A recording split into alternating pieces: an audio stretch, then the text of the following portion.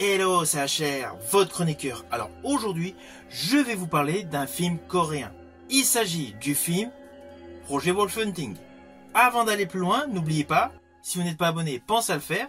Pensez à la petite cloche pour les notifs. N'oubliez pas que vous pouvez également me suivre sur Facebook, Instagram et TikTok. Mais pour le moment, nous sommes sur YouTube.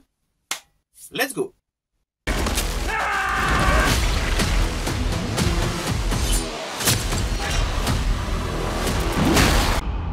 지옥이 따로 없구만.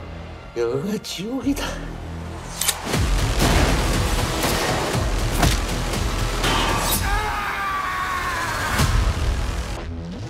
Alors tout d'abord, sachez que ce film Projet Wolfhunting est sorti en 2022. J'étais passé à côté et honnêtement, ce film est une pépite. Je rajouterais qu'il a un aspect qui va totalement vous surprendre. Alors sur le fond, je ne suis pas du tout aficionados des films gore. Mais j'en regarde quelques-uns lorsque ça colle parfaitement avec l'histoire. Et là, dans ce film, Projet Wolfhunting, le côté gore est logique et il est bien maîtrisé. Alors oui, vous allez voir des geysers de sang. Ça, c'est clair, ça surprend. Mais le film est parfaitement construit. Ce film est un réel mélange de genres. Et le final est totalement impossible à déceler. Surtout que ce film comporte de nombreux retournements de situation, avec des personnages qu'on imagine qui vont rester en vie du début jusqu'à la fin, ce qui n'est pas du tout le cas, et des personnages qu'on pense qu'ils vont mourir assez rapidement, en fait, on les voit longuement. Rien que pour ces différents petits détails, ce film Projet Wolfhunting comporte de nombreux éléments innovateurs. Avant d'aller plus loin dans mon analyse, voici l'histoire. Alors naturellement, je vais vous le faire de manière très succincte. Nous suivons donc une bande de grands criminels qui ont, à la suite de leur arrestation, commis de nombreux dégâts, explosions, meurtres, etc. Afin de les mettre dans un endroit hyper sécurisé, ils sont transférés depuis les Philippines vers la Corée du Sud par un navire cargo. Vous vous doutez forcément des grands criminels, ils ont des alliés qui vont intégrer l'équipe des policiers qui sont là pour les surveiller. Il va y avoir une émeute et ces fameux gaillards vont se libérer de leurs pseudo-cellules. Oui, pseudo-cellules car pas mal de portes ont été supprimées des coursives. D'où le déplacement assez rapide des détenus. Donc assez rapidement, donc, c'est un secret pour personne, vous voyez dans la bande-annonce, les détenus s'évadent. Mais là où il y a un côté totalement inattendu et qui est totalement innovateur dans ce film, c'est que dans les cales de ce navire cargo, il y a un individu similaire à un cadavre. Il est d'ailleurs surnommé l'Alpha. Un médecin d'ailleurs lui fait de temps en temps des injections, mais on s'aperçoit qu'il est parsemé de vermine, il a les yeux clos par des agrafes, et il a une dégaine digne d'un épisode de Walking Dead. Sauf qu'il est en combinaison orange, celle des prisonniers. Donc cet individu qui se retrouve donc dans les cales, malheureusement, sort de sa léthargie. Il était dans un certain coma. Ainsi de suite, l'histoire progresse, et vous vous doutez, en dehors de la confrontation délinquants, policiers, forces de l'ordre, il va y avoir la confrontation avec cet individu hors du commun. Alors oui, déjà, parmi les criminels, il y a un des leaders qui fait des trucs mais totalement de fou.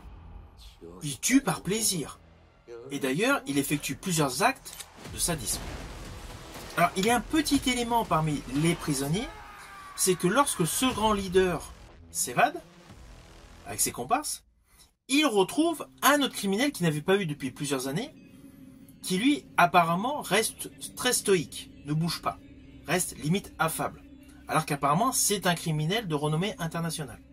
Je vous précise cela, car ce personnage, en fait, est un des premiers rôles du film. Vous allez vous en rendre compte assez rapidement.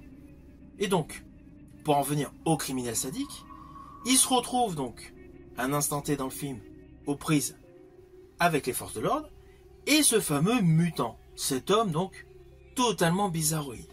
Et c'est là, justement, que le film devient totalement innovant. Car, d'un côté, nous avons l'émeute de délinquants qui s'évadent, qui veulent échapper aux forces de l'ordre, et on a un homme, l'Alpha, qui est un véritable criminel, mais une machine à tuer. En fait, ce film vous présente un personnage quasi indestructible comme Terminator, sauf qu'il est humain. Et là, pendant plus de 3/4 d'heure, ce film devient une dinguerie. Ça part dans tous les sens. C'est action, action, action. Oui, mais c'est cohérent. C'est cohérent parce qu'en fait, les personnages avancent dans le bateau, enfin se déplacent dans le bateau. Et du coup, à chaque fois, il y a confrontation. Et là, les scènes sont de plus en plus gore au fur et à mesure qu'on avance dans l'histoire du film. On va pas se mentir, les scènes sont extrêmement bien orchestrées, sont très bien chorégraphiées. Car n'oublions pas, nous sommes dans un cargo. Le cargo n'a pas un espace de vie extrêmement conséquent. Du coup, la majorité des combats se font dans des espaces réduits. D'où la difficulté pour certaines personnes d'échapper à des tueurs.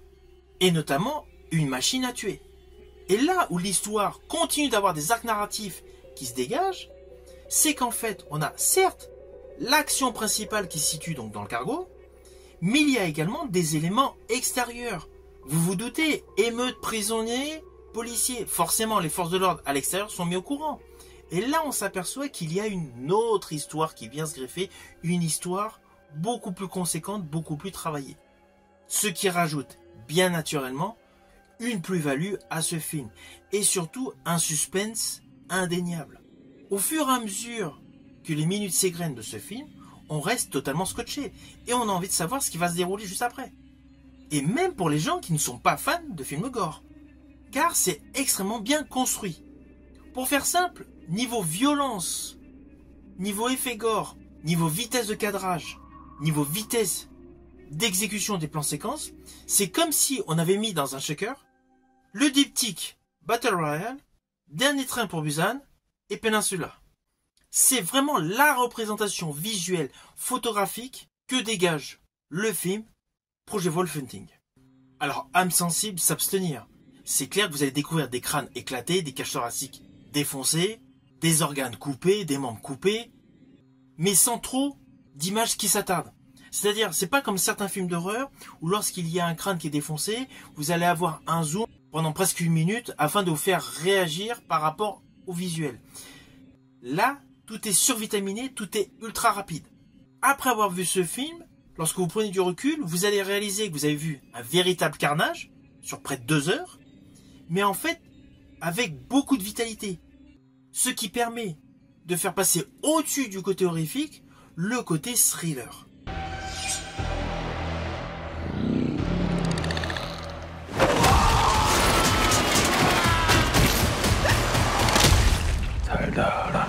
Alors, au vu du final, il est évident qu'une suite est possible.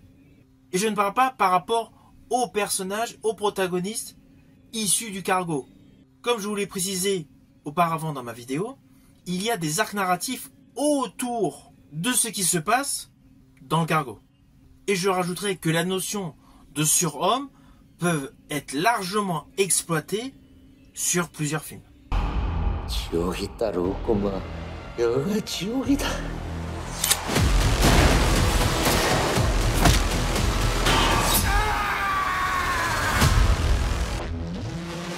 Alors au final, naturellement, c'est un film que je vous invite à découvrir. Ce film est un réel mélange de genres.